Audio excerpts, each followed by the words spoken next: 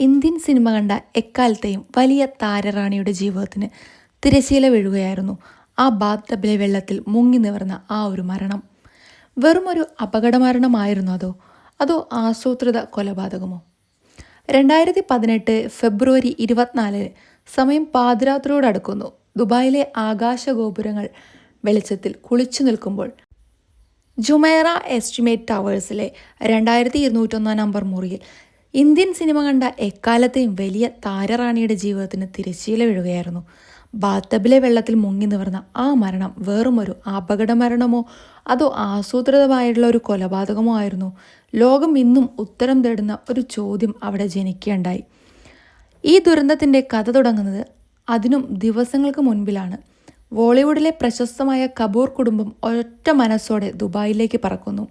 ബോണി കപൂറിൻ്റെ സഹോദരി പുത്രൻ മോഹിത് മർവയുടെയും അന്തര മോത്തിവാലയുടെയും വിവാഹം ഫെബ്രുവരി 18 ശ്രീദേവി, ഭർത്താവ് ബോണി കപൂർ, ഇളയ മകൾ ഖുഷി എന്നിവർ ദുബായിലെത്തി. മൂത്ത മകൾ ജാൻവി ധഡക് എന്ന സിനിമയുടെ തിരക്കിലായതിനാൽ എത്തിയിരുന്നില്ല. ഫെബ്രുവരി 20, 21 തീയതികളിൽ ആഡംബരപൂർണമായ ആ വിവാഹാഘോഷങ്ങൾ നടന്നു. പ്രശസ്തമായ ഡിസൈനറായ മനീഷ് മൽഹോത്ര, കരൺ ജോഹർ, അനിൽ കപൂർ തുടങ്ങിയ പ്രമുഖർ പങ്കെടുത്ത ആഘോഷം പച്ച നിറത്തിലുള്ള വസ്ത്രമണിഞ്ഞ് അതീവ സന്തോഷവതിയായി നിൽക്കുന്ന ശ്രീദേവിയുടെ ചിത്രങ്ങൾ ഇൻസ്റ്റഗ്രാം മുഴുവൻ നിറഞ്ഞു. എല്ലാം ശുഭമായി തന്നെ അവസാനിച്ചു. ഫെബ്രുവരി 21 ബോണി കപൂറും മകൾ ഖുഷിയും ഇന്ത്യയിലേക്ക് മടങ്ങി. എന്നാൽ ചില ഷോപ്പിങ്ങുകൾക്കും സഹോദരിയെ കാണാനുമായി ദേവി മാത്രം ദുബായിൽ തങ്ങാൻ തീരുമാനിച്ചു. അവർ ജുമൈറ എസ്റ്റിമേറ്റിലെ 2201 മുറിയിൽ നിന്ന് മാറി പിന്നീടുള്ള 48 മണിക്കൂർ ആ ഹോട്ടൽ മുറിയിൽ ശ്രീദേവി തനിച്ചായിരുന്നു. ഫെബ്രുവരി 22, 23 തീയതികളിൽ അവർ പുറത്തിറങ്ങിയില്ല. അധികം ആരോടും സംസാരിച്ചിട്ടുമില്ല. ആ അടച്ചിട്ട മുറിയിൽ എന്താണ് സംഭവിച്ചത് എന്ന് ഇന്നും അവ്യക്തമാണ്.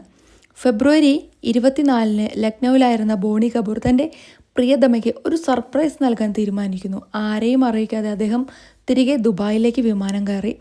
വൈകുന്നേരം 5:30-നും 6:20-നും ഇടയിൽ അദ്ദേഹം ഹോട്ടലിലെത്തി.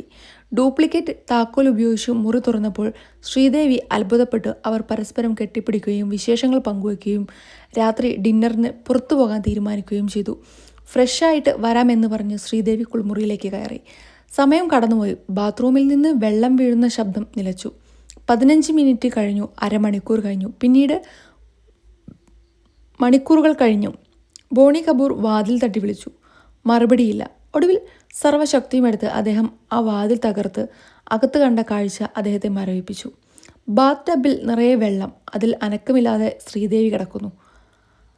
അദ്ദേഹം അവരെ കുലുക്കി വിളിച്ചു, മുഖത്ത് തട്ടി നോക്കി. പക്ഷേ ആ കണ്ണുകൾ എന്നേക്കുമായി അടഞ്ഞിരിക്കുന്നു.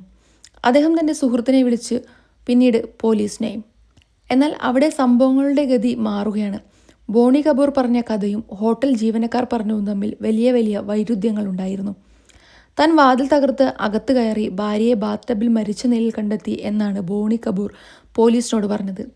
എന്നാൽ ഹോട്ടൽ ജീവനക്കാരുടെ വെളിപ്പെടുത്തൽ മറ്റൊന്നായിരുന്നു. റൂം സർവീസിന് വെള്ളം ആവശ്യപ്പെട്ട് ശ്രീദേവി വിളിച്ചിരുന്നുവെന്നും വെള്ളവുമായി വന്ന ജീവനക്കാരൻ ബെല്ലടിച്ചിട്ടും വാതിൽ തുറന്നില്ലെന്നും അവർ പറയുന്നു.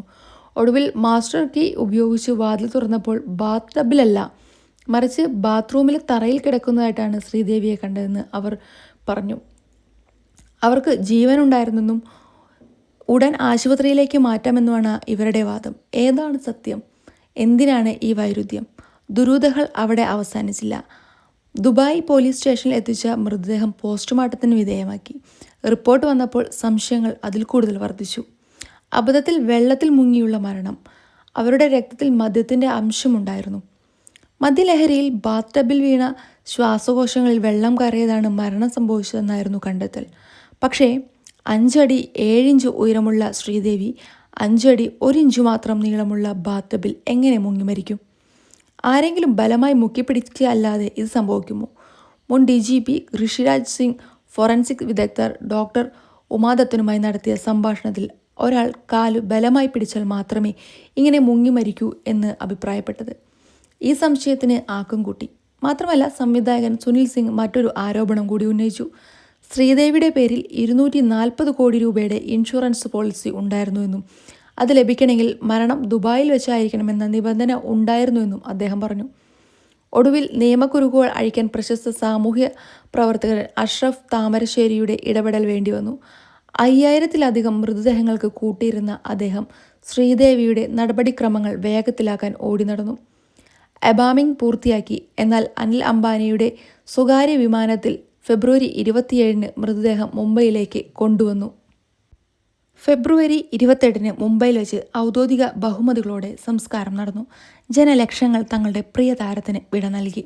പക്ഷേ ആ ഹോട്ടൽ മുറിയിൽ യഥാർത്ഥത്തിൽ എന്താണ് സംഭവിച്ചത്? ബോണി കപൂർ എന്തിന് സത്യം മറച്ചുവെച്ചു?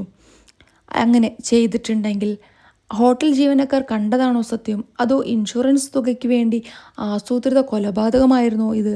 കാലം മായ്ക്കാതെ ഒരു ചോദ്യചിഹ്നമായി ജുമാറ എസ്റ്റിമേറ്റിലെ 2201 നമ്പർ മുറി ഇന്നും നിലനിൽക്കുന്നു.